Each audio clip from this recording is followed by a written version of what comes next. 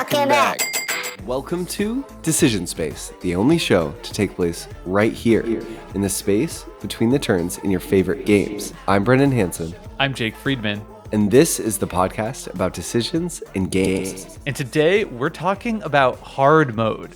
This is a topic that comes from a blog post on Board Game Geek by the one and only Richard Garfield, designer of Magic the Gathering, Bunny Kingdom, and a bunch of other great hobby board games. And in this blog post, he lays out the case. He makes the case for why playing a game on hard mode is a great thing. And we're going to talk about what that is. What is hard mode? What are the different types of hard mode? And perhaps whether we think this is something that should be more widely adopted in the board game space. Awesome. Before we get into it, we always like to read a review from an intrepid listener who has taken the time to review our show. So we're going to do that now. This is a 5-star review from Love My J. The review is titled My Go-To Podcast for Design Considerations and Sheer Listening Enjoyment. I discovered Decision Space about a year ago, and it's one of the few shows I check every Wednesday when a new episode drops. As a newbie game designer without a deep history of gaming myself, I enjoy all the episodes, from deep dives of games I'm not familiar with to game theory conversations. It's a good sign when I find myself opening the Notes app on my phone to write down ideas from the show. That's sidebar from Brendan. That's amazing. I love hearing that feedback that you're taking notes while listening to Decision Space. Notes on notes. The host chemistry and banter between Jake and Brennan is humorous and honest, and I love that it's family friendly so my kids can listen along in the car. Keep up the good work, and I know that you've made many of my car commutes even waits in the checkout line at Walmart something I can actually look forward to. Thank you so much, Love My J. I'm going to review your review and give you 15 stars out of 10. Whoa, that's a high bar. That's a really good one. Waiting in line at Walmart good. Questionable parenting, though. Playing Decision Space? I'm just kidding. No, it's such a kind review. Sometimes I'm dying to have my son listen to podcasts, and he just riots. He won't. Oh. It's like put on Wheels on the Bus. Yeah, right. I want to listen to Raffi. Like, turn it off. What are they talking about? I think the person who left this review reached out to me on Facebook to ask for help in how to review a podcast on Apple. So we troubleshot it together. That's awesome. Now we got this review. So that was so nice. I think it's a St. Louis-based game designer. So I'm really looking forward to the Stonemeyer Design Day coming up where I will actually get to participate and play this person's game. So thanks again for the review. We are going to move into the heart of our discussion, which is going to be, I think, we've never done this before, Jake. Where we've taken an article, we've read the article, both of us, and we're going to have a discussion based upon it. And I think, we've covered whole books. It's not practical to say to our audience, go read this book. It'll make this episode better.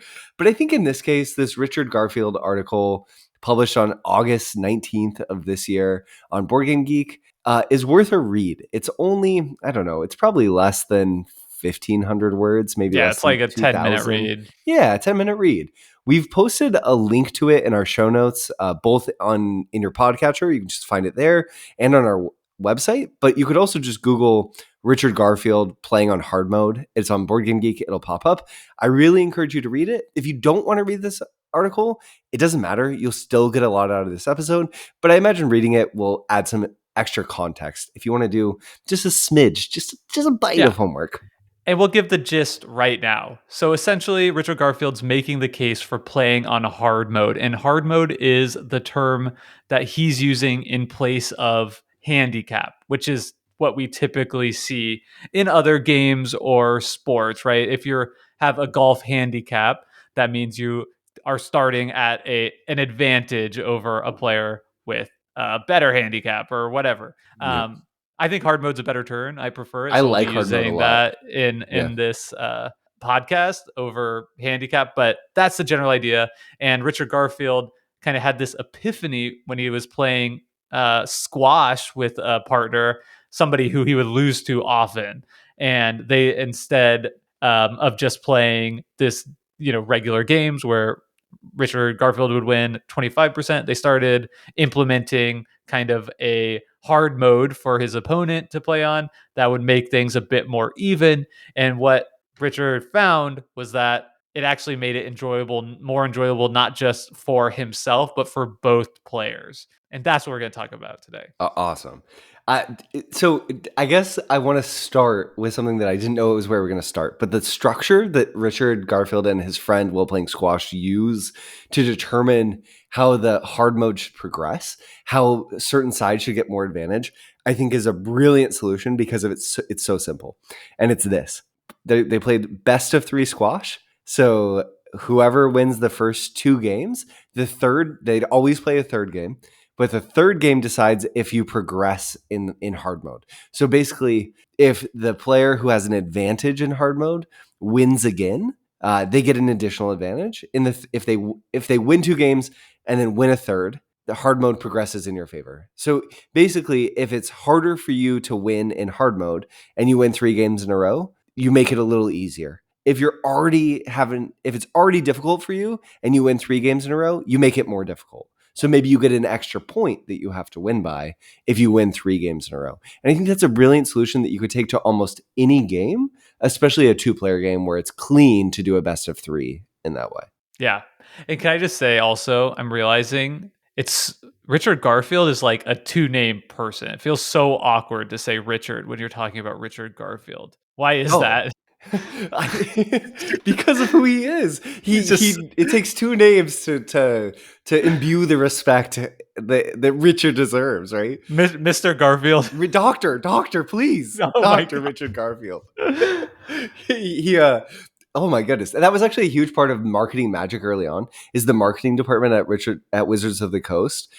Richard Garfield, the designer of Magic the Gathering originally, demanded Richard Garfield always be referred to as Dr. Richard Garfield or Richard Garfield PhD in text. He was not allowed to be referred to any other way. I think he has a mathematics PhD from Penn, if I remember. But anyway, to kind of get into it. So this article, Jake, on its face, hard mode, it's about how to make a game more enjoyable for both sides. That's what this article is about. It's sort of saying, if there's a game that 2 people or a group of people like to play, but skill is a barrier, hard mode is a way to solve that and make it more interesting for both, right? Yeah. So right. And I think that's just right off the bat something that a lot of people might react negatively to. Like, it seems impossible, I think. I think that's my reaction, right? Is skeptical that it's more fun for both people if one person is playing on hard mode and one person is playing a regular game. I just have to wait for a second as the dogs are going nuts. We're dog sitting. do you want to make your point again? Yeah, I will. I'm just waiting. Bridget just got here, so they're like, woohoo. Okay. All right. So I think right off the bat, people might be skeptical of the premise that one person playing a regular mode and one person playing a more difficult version of the game is going to be more fun for both players. I think that my tendency might be to think that if, for example, I'm playing against you, Brendan, and I'm trying to get to 5 points and you're trying to get to 10 points, that I'm going to feel satisfied if I win that game, right? Because I might feel like, oh, I didn't actually win or whatever. Yeah. However, what Dr. Richard Garfield points out in the squash games was that the fact that himself being the less skilled player needing to get to a lower point actually made his opponent care about every single shot that he put up, right? If it was a really difficult return that would take his opponent his his complete effort in order to have a chance to return it, when they're just playing a straight up game, he might just say that's not worth the effort because I have so much slack, right? I can lose 5 points and I know I'm still going to win the majority of all these. But if Dr. Richard Garfield only needs to get to 5, it forced his opponent to really try for every single shot in a way that wasn't happening before, which actually created a more, exciting experience for that player on the hard mode side, but then also on the not hard side, because it felt like instead of being cheated by not having like the complete experience of playing to win the full complete game, he was actually getting to experience his opponent playing his very best in a Yeah. competitive environment that wasn't happening before they shifted the rules. I think that the way that that's a perfect sort of elocution of the whole frame that Richard Garfield puts out as a talking about how he wanted to dive into hard mode, Jake. And I think that what you just kind of laying it out in this way made me realize is that what Richard is saying is that for his opponent, who is way better than him at squash, adding a hard mode for that player, I think gave that player a sensation of striving play again, right? Right. That because he had to put in effort, the joys of getting better at a game mattered again. And by striving play, I'm talking about the CT win concept. We covered this in a previous episode of the show. Maybe we're a broken record about CT win at this point, especially this summer. I feel like we've been talking about CT win and games agency as art, his book, a lot. But I think that hard mode is sort of saying, one, this article, Dr. Richard Garfield is making the argument that striving play is fun. We want to get better and we want to feel ourselves getting better. And hard mode gives you a structure to do that. But also, it's interesting because while making the argument that the better player gets to strive when there's a hard mode applied, he's also saying that the feedback of winning a game matters to gamers, to people who play games enough that on the opposing side, the player who's not playing in hard mode, it's not enough to just feel you're getting better against a better player to keep it engaging necessarily. You need a win every once in a while to keep that side engaged too, right? I think that's an underlying tenet of what's going on here. Yeah, I think that I don't know. I don't know that it matters as much to win as the lesser side. I think it's more nuanced than that, right? Where I think what's more important is to play against your opponent And at have them play their their all. best. When I Yeah. was a little kid playing soccer, I played on my kind of town's local team, and we would travel up to Kansas City and play teams of all kinds of skill level. And sometimes we would play teams that were just way better than us. And yeah, it's interesting because there was kind of an example of hard mode there where sometimes teams would switch to playing like one touch. Like there'd be up like 3 goals on us, and their coach would be like, "Yeah, you can only touch the ball once. You have to pass, Mm, every time." And sometimes they would like mess up, and then they just like leave the ball for us to come get to yeah. collect. And that was a version of them playing hard mode, but it felt like they were not trying. It felt like disrespectful. Mm, Like I would have rather interesting. just lost 10-0 than 3-0, and then they start like messing around. So maybe that's actually a counterpoint to this. I thought I was going somewhere different with that point when I started the anecdote I than when was I thinking, finished. I think that's an interesting point, and we discussed this article some in the bridge, our Patreon channel for where we talk about show notes before our episodes, where we record them sometimes.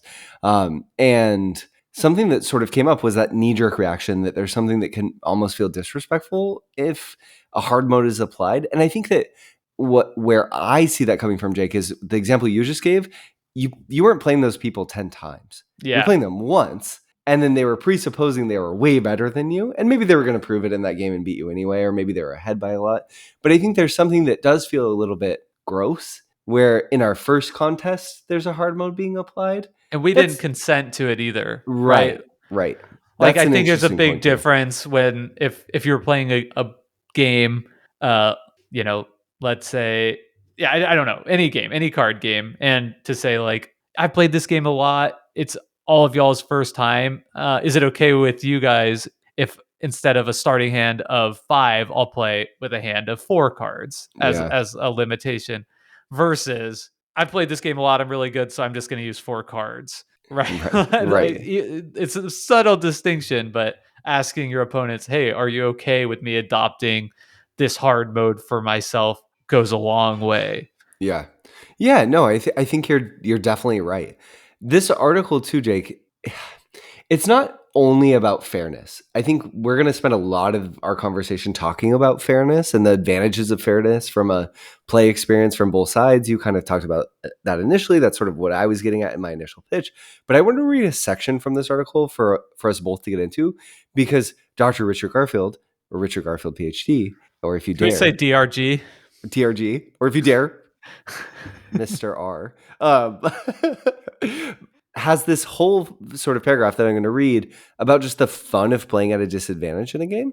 So, if I may, Jake, Richard says in this article, I find it exhilarating to play at a disadvantage, and the victories become more meaningful. In high school, I made a game we called The Hunt, where we battled using Nerf guns and flags. The only unusual thing about the game was that it was always 5-on-1 or 8-on-2 or some other ridiculous challenge. I would guess that the hunted had less than a 2% chance of winning. That's staggeringly low for all of you co op games. You got to win 20% of the time. Richard Garfield wants to win 2% of the time. But we took pleasure in surviving a long time or taking a bunch of hunters down. I liked playing the more challenging side and would have done it every time if others hadn't also wanted a shot. So there's competition in this magic circle for playing on the hard side. This wasn't about making things fair. It was reveling in a nearly impossible challenge. I've always liked playing hard mode. Let's talk about this some. Yeah, Because I think this is really interesting to me. totally. Super interesting.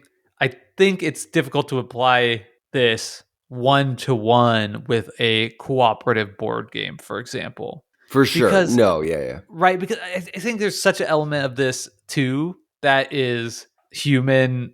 Like if you're in high school playing this game with a bunch of friends, like the Yeah. people who are the one is like the main character of that Yes.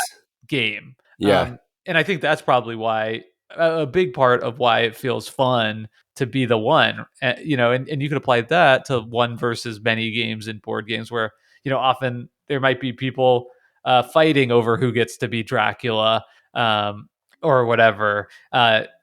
There's, I think, right? yeah, Because it feels like, okay, there's three of you, there's only one of this character. It's special. So I think that's a part of it. And then another part of it is just like there's like a spectacle, I think, that seems like exists here where not everybody plays video games. Probably a very small percent plays video games on super impossible mode, sure. and just revels in the fact that they got a little bit further each time. People want to progress and win too. So there's more going on here, I think, than just the odds being good. I think there's something really innately human too about being put into a situation in which we know that an outcome is not likely, it's not probable, but because of some of our own actions, we are able to get the unlikely outcome if that's the outcome we want. So, as an example, for a long time, Jake, I played a competitive fighting game called Pokken Tournament, right? And I will say, I really liked playing against players that were better than me because either there are two potential outcomes. Either I learn a lot about the game and I get better, or I beat them and it feels incredible because I was not supposed to win and I do, right? We want to see upsets. And I think playing on hard mode is a way to, in this example that Richard's giving, it's really interesting because he's conflating two things. He's conflating, in some ways, playing at a disadvantage, the hard mode, and artificially creating a hard mode, which I think are two different things, right? When I sit down and I play against someone that's better than me and we're just playing the game, we're not having a hard mode set, and I win, I feel amazing, right? Because I know that I beat the other player and they were trying their best and I still beat them.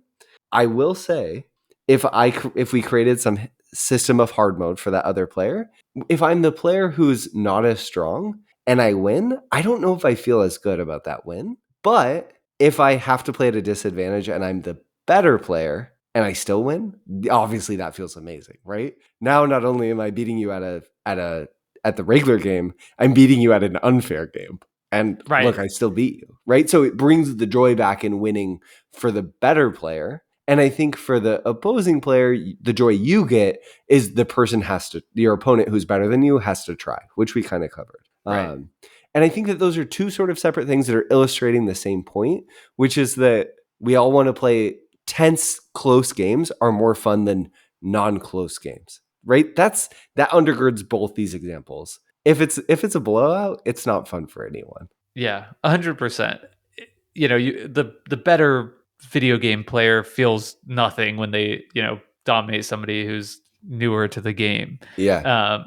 Or it's like, the most joy you might get is like imparting a few words of wisdom, but like the actual game is just a complete formality, right? Sure. An Um, exercise in muscle memory that feels like a foregone conclusion is not fun. yeah, I don't right, need to gain exactly. 15 ELO off of a person who I know I'm gonna beat anyway from the time that we match in a match. Yeah, and that's interesting because like when we're talking so far in this episode, we're talking a lot about fighting games, we're talking about sports, and these are just incredibly high skill ceiling games, Games, right? yeah, Games where the more skilled and very, very low randomness games, right? By and large, like the more sure. skilled person is going to win an overwhelming amount of time, and the amount that a skilled person can be better than you is overwhelming as well. Yeah, Um, and that those are two things that are not necessarily as true as in your typical modern board game that have more elements of fairness typically built in, whether that's like randomness that's going to even the playing field or just like lower skill ceilings, yeah. smaller gaps between them, right?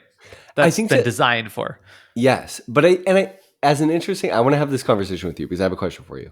Uh, we play a lot of board games on Board Game Arena, website where you can play board games online, and there's a ranking Shh, you're not, system. don't tell them that. Yeah, we don't talk about it. We play every game on the table. We Something do play just we but no, yeah, we do both. we do both. But I love playing with ELO ranking systems on Board Game Arena because I like it's fun. Points go up, points go down. There's something even like vaguely Skinner boxy about it, I think.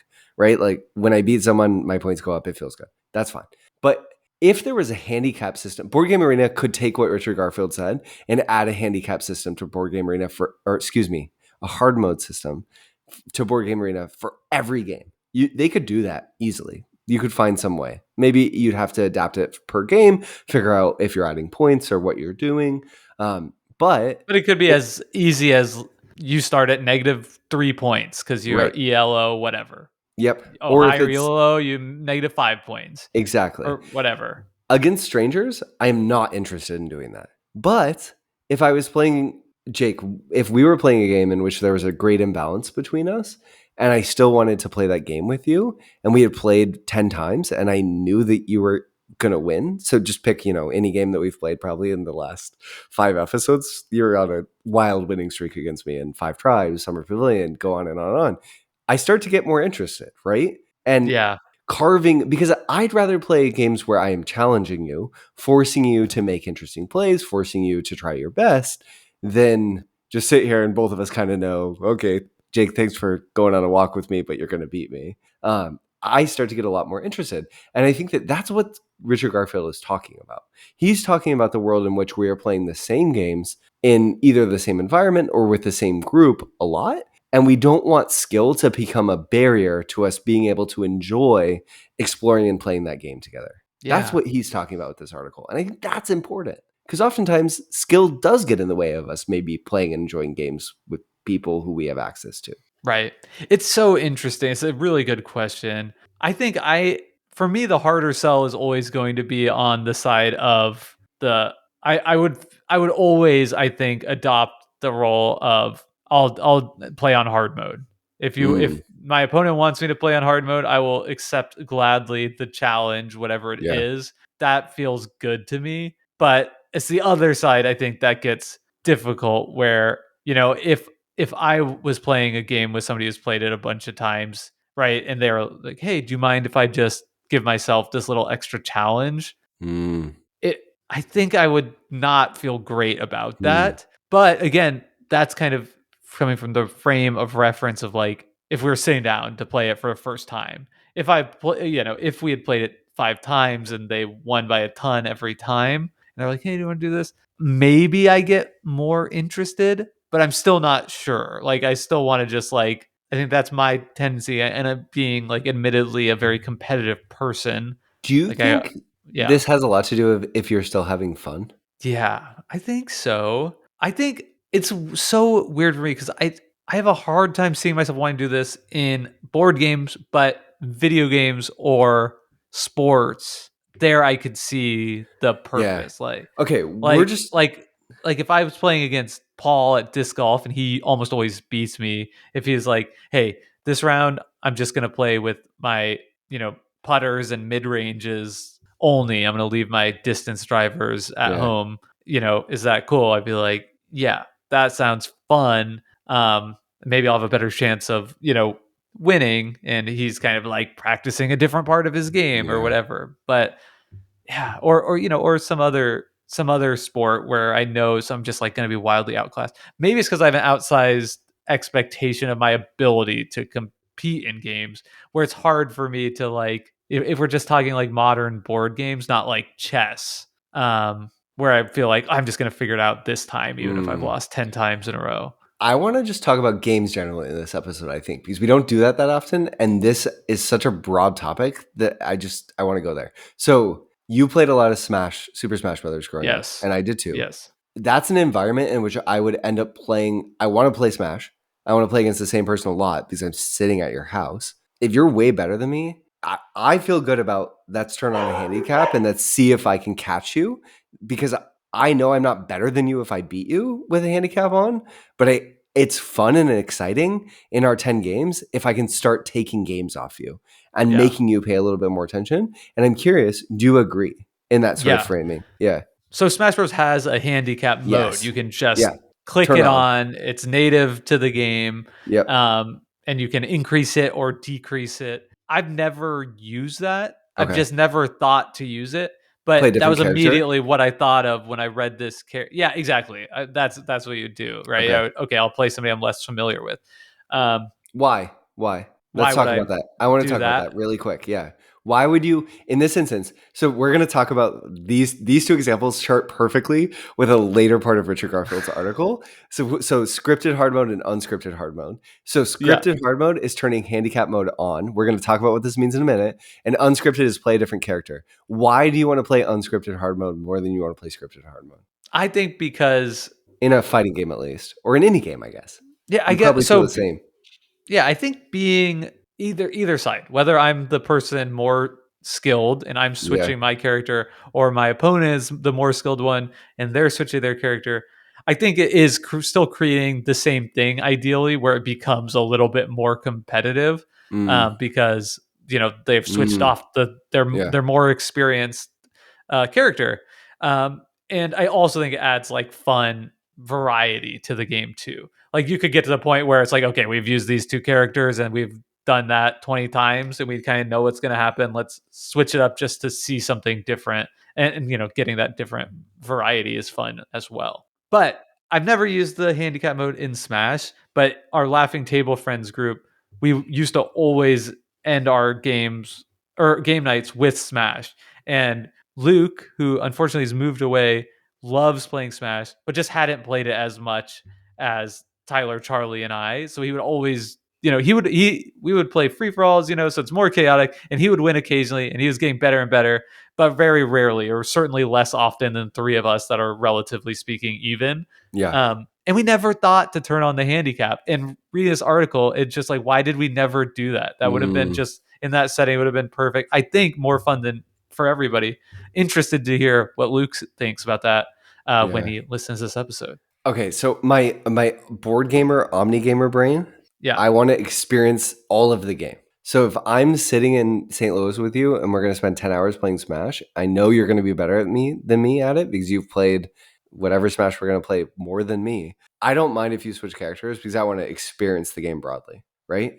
right, But if I want to be getting good at the game, right? I'm playing my character that I want to be good at. Let's say I'm playing Mario or whatever. And you're going to play the character you want to play. Let's just say Marth. I don't necessarily feel as good about if we're going to play for 10 hours about you switching characters if I'm trying to learn, right? If right, I'm really focused at getting better, maybe what I would enjoy more is beating your Marth sometimes where you're at a slight disadvantage than you're just saying, I'm going to play Bowser, right?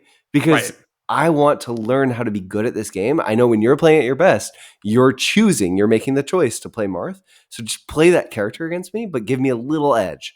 so that we're both trying our hardest. I totally get that. And I think that's two different ways of approaching the same game. And I completely understand both and want to do both at different times. And it just depends on my relationship with the game. If I want Yeah. to play to experience it, or if I want to play to be good at it. And those are two That really different ways that I can play games that's and where love the games. iterative hard mode comes in that Dr. Richard Garfield talks about, right? Where it'd be perfect in that setting to play the 3 game sets and make it Yeah. progressively easier or harder. I think that's would be so awesome because you would both be getting to experience your opponent, both players playing at their best, but also if you're trying to improve at the game, like you might even see yourself tick up at some Mm, point in that 10 hour of play where yeah. you realize, okay, I've actually gotten slightly better. Where if Oh, you then I force you back to Marth because I beat your Bowser enough?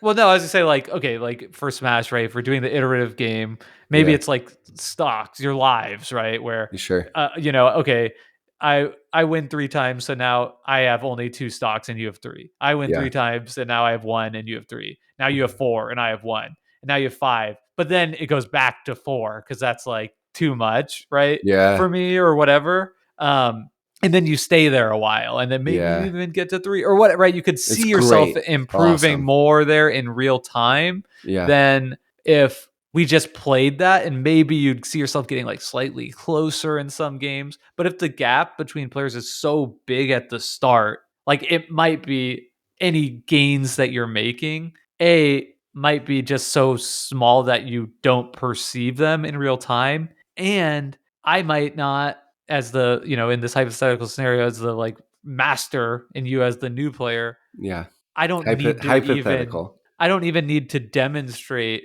my mastery because I can beat you playing And it's like at a moderate level. And it's maybe I taken even as a think that's how truth. It's predetermined. We know right. this. It's Right. a known. Yeah, that's Right. an But if you want important to watch condition. me and learn what I'm Yeah. doing, learn how to play against, a top Yeah. level person, you're not getting that either because I have no need to strive, Yeah. right? I would just be lazy. I realized what I said earlier about winning and you push back against it. Winning on the losing side matters. That was the wrong statement, but I was getting at an idea that I think is true, which is that when you at a hard mode, whether it's the iterative mode that we were just talking about, where I'm going to trade you for stocks as we play for 10 hours, or it's a scripted hard mode or an unscripted, whatever, the benefit of it is that you get more reliable feedback that you're improving on the losing side, right? Yeah. If we just play if Richard Garfield just plays regular squash against his better friend, it's really hard to parse the feedback of I'm getting better without a milestone of you won this game, oh, you won the next game, and then you won the third game in that sort of best of 3 template for determining hard mode progression. That makes it easier to get a sense of, okay, I made some progress here. Then, okay, this game was 10-7. This game was 10-6. This game was 10-7. This game was 10-5. It's just too noisy. As humans, Yeah. we can't parse that data without putting it in a computer and sort of saying, okay, I charted it. I'm getting better on average, right? It gives you a model for feedback, which is important because it makes it engaging, right? It's so interesting. Yeah, yeah, absolutely. And it's kind of funny. I was just thinking to myself, like, it must be so cool to play squash against Dr. Richard Garfield, who's Yeah. applying his game design brain to making this hobby the most fun possible for both players. And then I thought, wait. I played disc golf with a bunch of board game designers, and we did exactly that and created our own hard mode. In our disc golf group. And so what we did was we created a tag system where we had everybody who was a member of the group. There were like 12 people had a tag 1 to 12, and then whatever number you had represented how many callies or mulligans you get to have in the Mm, round. So if you're number 12, you get 12 times out of the round. You said, I messed that up, I'm gonna rethrow.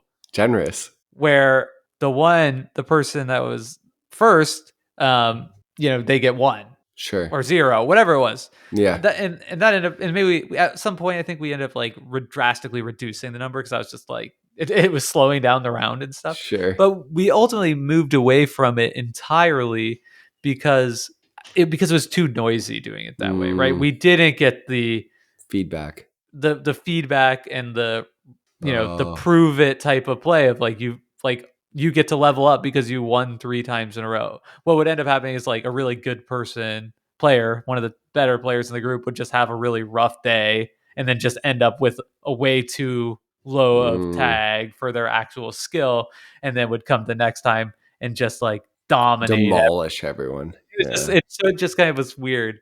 Um, Not It was as maybe elegantly designed, but also a lot tougher when you're trying to balance for 12 people than two. Sure. Also, the sort of the math of getting an advantage of 1 unit of extra throws versus 12 or even 6. 6 times is a lot, right? Yeah. Adding 1 extra card in the hand that goes from 5 to 6 is not 6 times more. And it depends on the impact of each card, whatever. But that's a really big advantage. Which I think is maybe that Yeah. It moves the can story. be. Or Yeah, you it just could. miss the same Or putt 3 times in a row. sure, sure. Right. That's fair. I think that kind of transitions us a little bit, Jake, into talking about these scripted and unscripted hard modes, which we alluded to, and kind of defining them. Does that Yeah. work Let's for do you? it. Okay, so there's good text from this article, and I think for those who didn't read the article, or even those who did, it might ground the discussion a little bit if we just read them. So maybe I can read the scripted hard mode, Jake, and you can read the unscripted, because this is a nice Great. takeaway that I think anyone who's read this article or who listens to this podcast, you can just take this into your life and have this as language in your toolkit to talk about games because this is relevant. So this is scripted versus unscripted hard mode. And this is Richard Garfield's words himself. Excuse me. Gosh, Jake, I'm so sorry. Dr. Richard Garfield, PhD. A scripted hard mode is when the players as a group adopt a method of implementing a hard mode.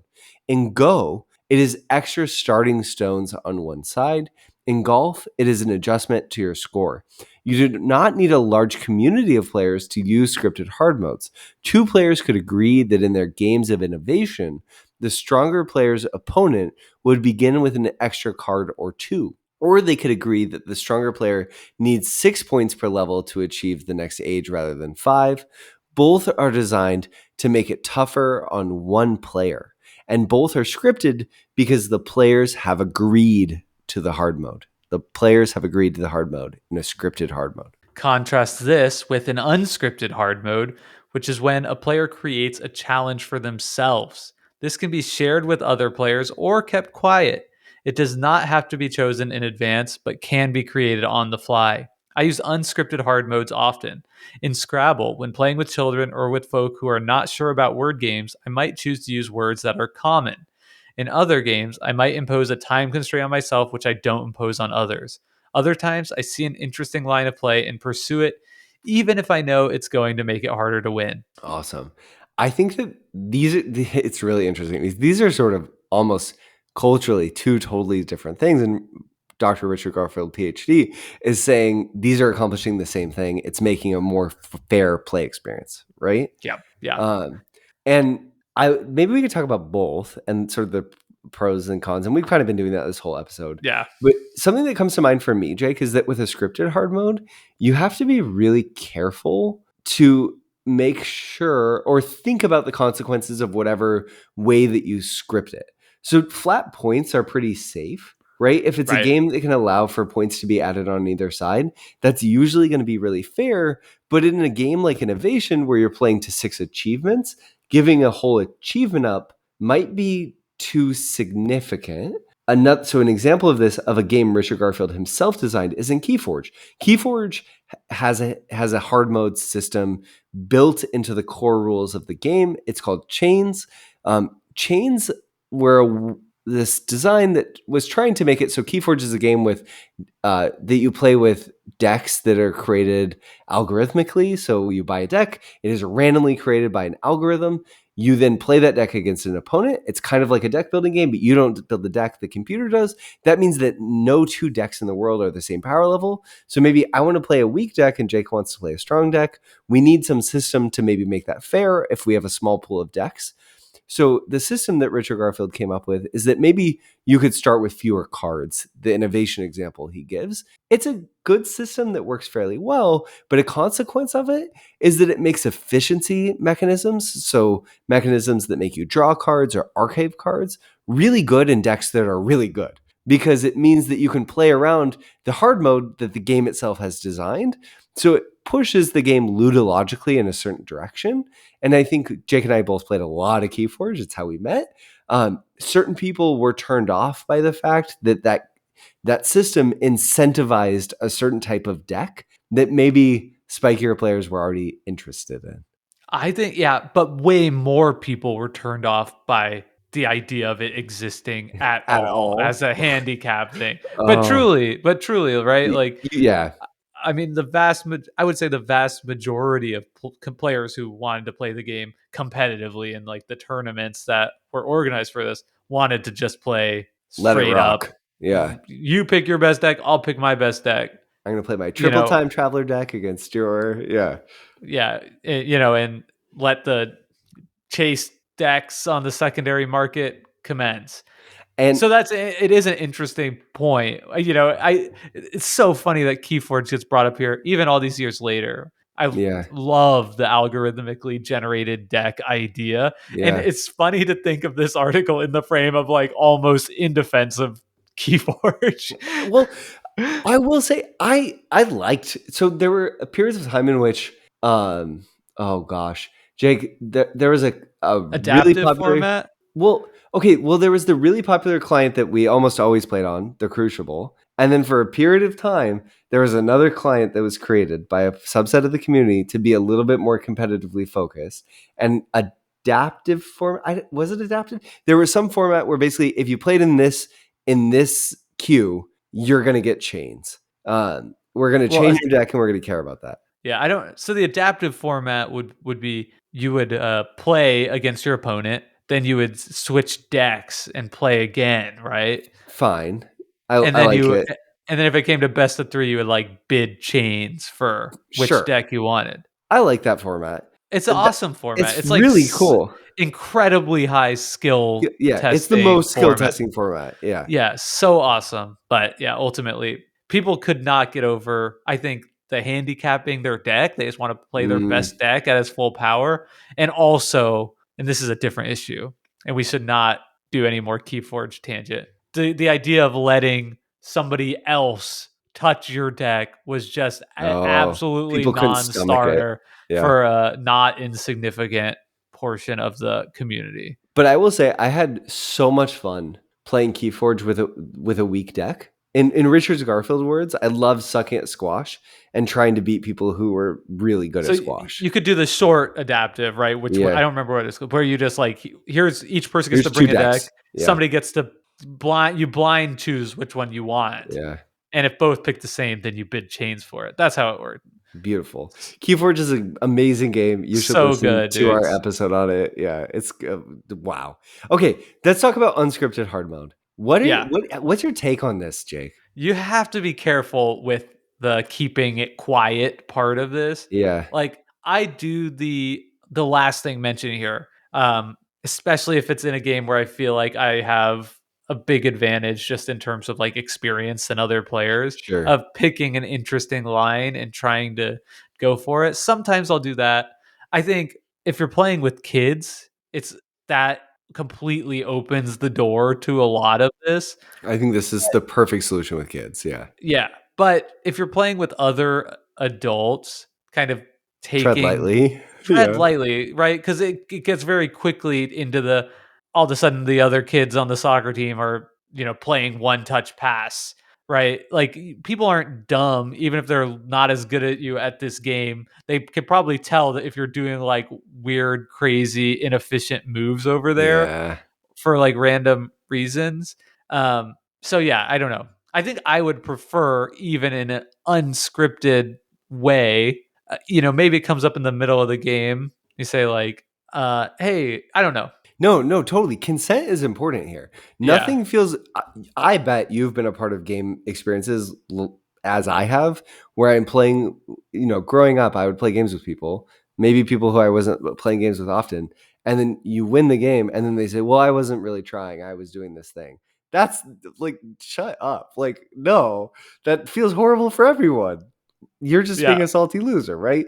Don't be a salty loser by giving yourself an unscripted hard mode and then rubbing it in the winner's face when they win. That's not what we should be doing. Okay. No, yeah. But Yeah, right, and it could I just think you open the door for bad feelings yeah, of, like, if you're kids probably don't pick up on it or don't care. If I you're just using simpler words in Scrabble than, like, words they might not know or understand. I think no, totally. I think an unscripted hard mode with all players consenting could potentially be interesting to players or communities of players who care about exploration of a game, where you might say, okay, let's have our best player take the whatever it is, the class or the Yeah, civilization or whatever that's perceived to be the worst, figure it out. Just can you do that for us? And then maybe that will change our meta, right? We're gonna put you to work. We love this game as a group. It's clear that the marmosets are horrible. No one can win with the marmosets. Jake, show us how you win with the marmosets. And then right. let's change our environment. Because then maybe I get to play the marmosets in a future game and I can use strategies that you, as the better player who understands the game, you would never optimally choose to play the marmosets. You know they're terrible, but you're going to apply your better at this game brain to that. And then at the later game, maybe I just like them. I think they're fun. I can take some of your strategies, some of my own, and maybe I have a better chance. I think that's fun. This is unscripted hard mode is sort of saying all players should equally explore the decision space, even if the best player in a regular game knows that optimally you would never pick that path. And I think that's okay. I think also I agree. I think I've kind of realized a little bit why this one gives me the ick just a bit, which Yeah. is I think it comes across a little bit of like, I know what's better for you better than you do type of Sure. thing, Yeah. right? Where you're kind of like, I'm just going to give myself this little challenge. Like it kind of feels like both a little bit belittling and a little selfish Yeah. of like I'm giving myself this fun challenge and you don't even know that I'm engaging in it or whatever. Like is it really going to be more fun, right? The whole thing with the first story is like the reason hard mode can be great is because it can create situations where it's not just more fun for the hard mode person, it's more fun for both. And like I think here the only way it could be more fun for both is if the other person like really cares about winning Yeah. and doesn't care that they're winning while you're playing on hard mode, which feels true of kids and not probably most adults you would game with at a game night. I love that Richard Garfield in this article talks about playing one of his own games with kids, which is King of Tokyo, and says that when he plays King of Tokyo with kids, he just gives them extra rerolls. I think that's an awesome solution. That Right. sounds really fun. And I don't. King of Tokyo is not a game I would necessarily bring to a game night if I could regularly play games with you, Jake.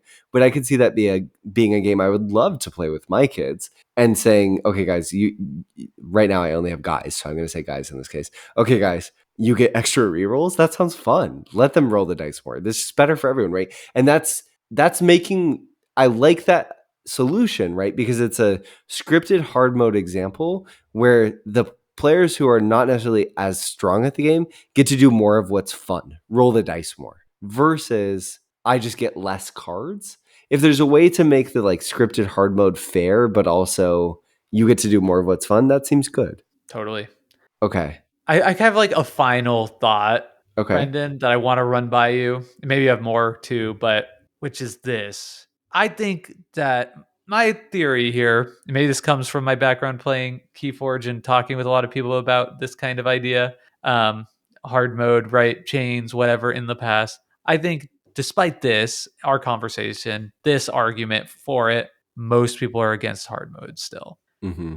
I think I I'm not. I'm not, but like it's only in it has to be like a very specific situation.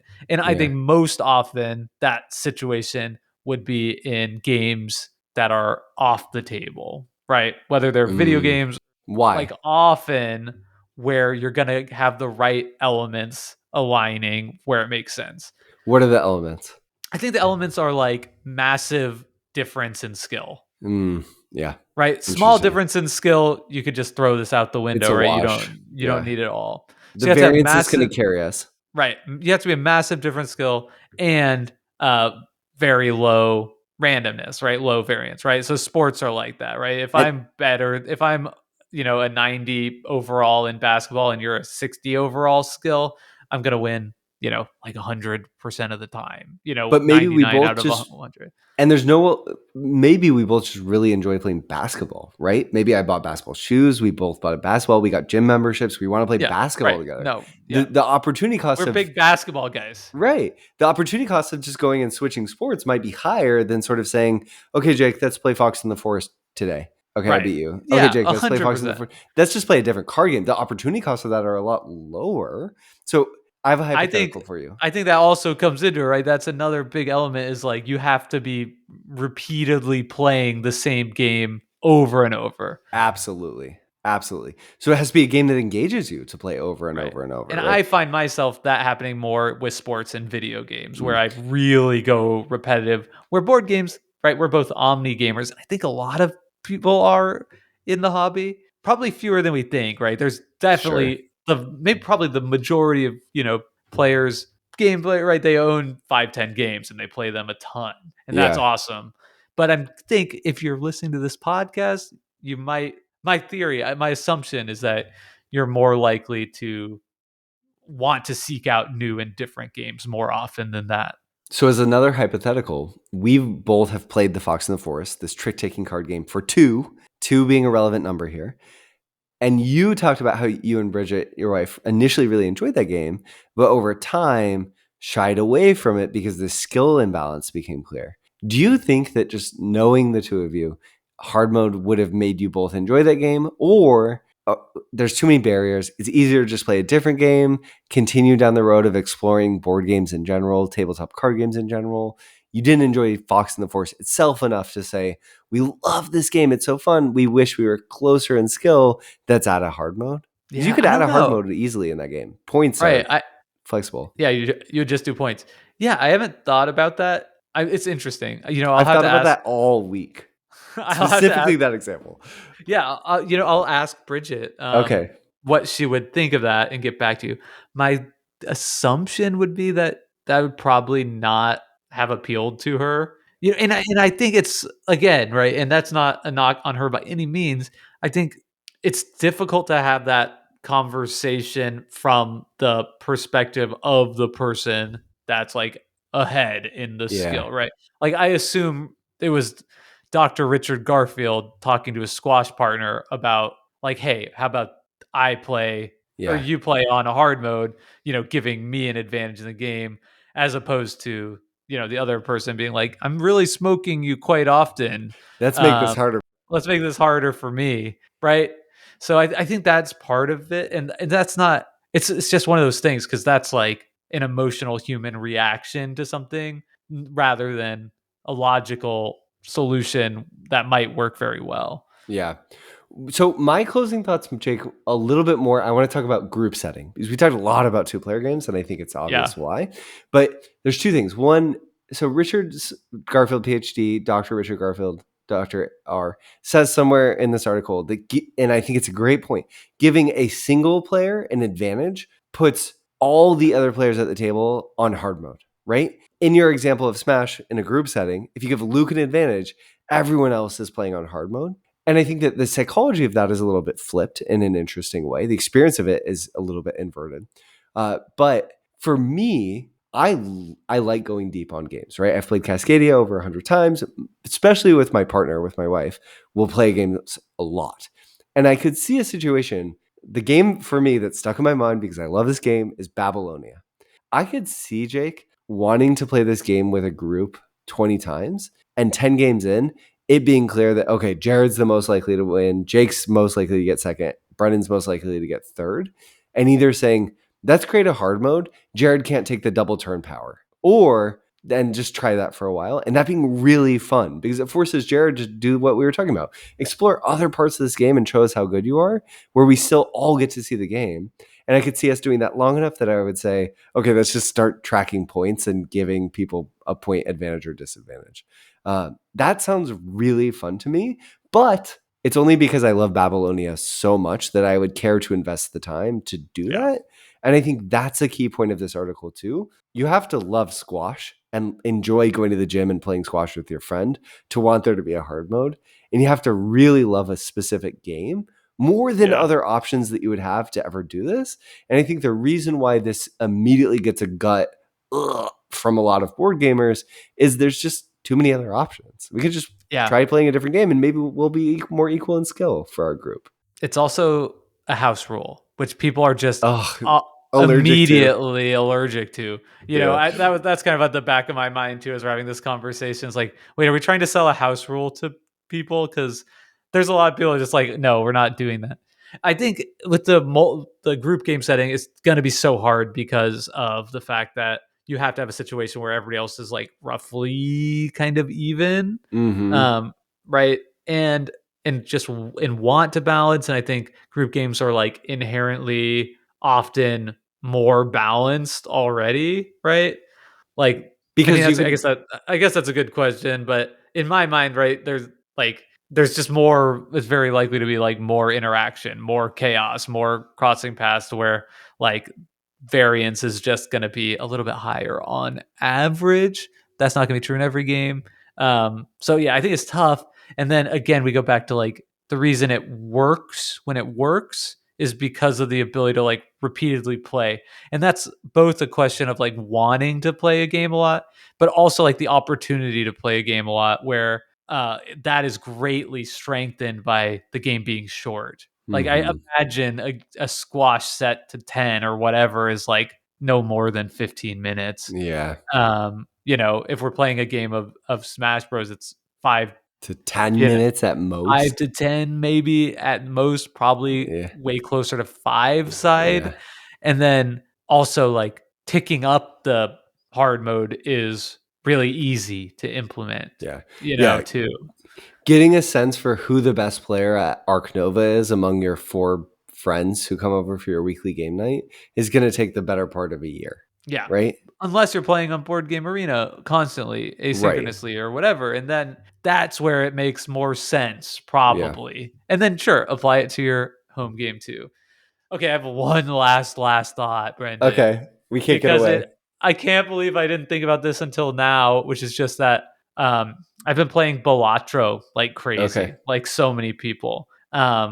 And the only reason that I stuck with the game is because it has like this excellent hard mode Mm. where you beat the game and then it has like a series of elevating stakes where you beat it Oh. on the white stake, that's basic, then you do the red Ascension. stake or Yeah. whatever. It's ascension, exactly that, Yeah. right? And each time you up it up, you keep the previous difficult thing and add something else to it.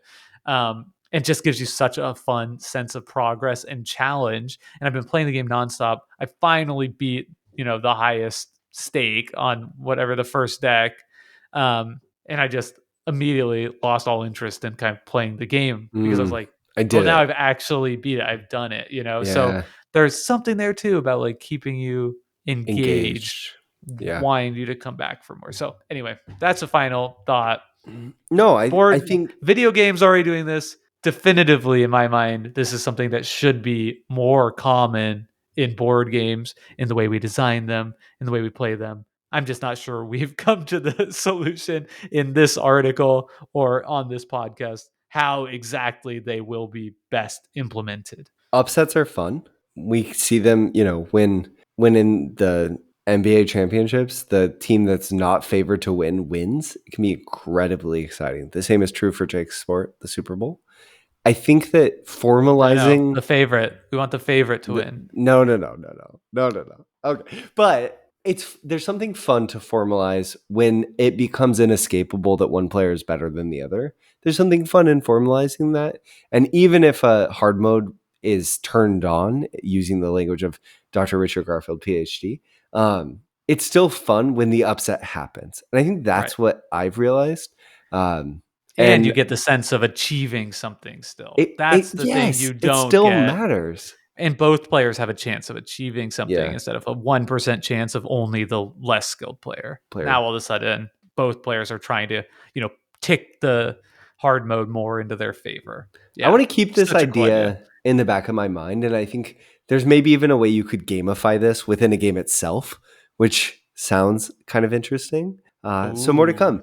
We hope Yeah, let's talk about hard mode. I think this is something we can talk about in the more often. other game reviews, like for Five Yeah. Tribes, for example, which we'll Oh, be covering in a future episode, right? Like, does this game have any sort of mode that could kind of enable players yeah. to continue to achieve things? Could there be one? How might we implement it? Can I That propose I one? think would be an interesting conversation. What? Why Next don't you game see? we play on Board Game Arena, you can't pick Okay. up. Don't pick up red meeples. You can't touch them. Okay. All right, I'll try it. Let's do it. No, don't do it. Don't do it. I'm not See, you ready. don't want me to. I'm not ready. I'm not ready. Okay. Until next time, thank you so much for listening to Decision Space. I'd love to hear what you think about hard mode. Do you like scripted hard modes? Do you like unscripted hard modes in your games? Are there instances where you've employed either and it's gone really well at a specific type of game for you? Come to our Discord and let us know. You can find a link to our Discord in our show notes. I really want to hear you, the listeners' thoughts on hard mode in general. This article, if you read it, this podcast, clearly you've listened to it. Talk to us. I want to hear your thoughts on hard mode, on scripted hard mode, on examples of maybe a scripted hard mode you've used in board games, or maybe an unscripted hard mode that you told other people about and what the consequences were for you in your play. Until next time, we should thank Hembry for our intro and outro song, Reach Out. I learned they have a new album out, so Let's go go. check that out. Yeah, I it's love their called music. Better Days, I think. Nice. That's Yeah. that's what will come next week on Decision Space. And until then, you can find even more things Decision Space on decisionspacepodcast.com. Thanks for spending an hour with us, y'all. Bye, y'all. Bye.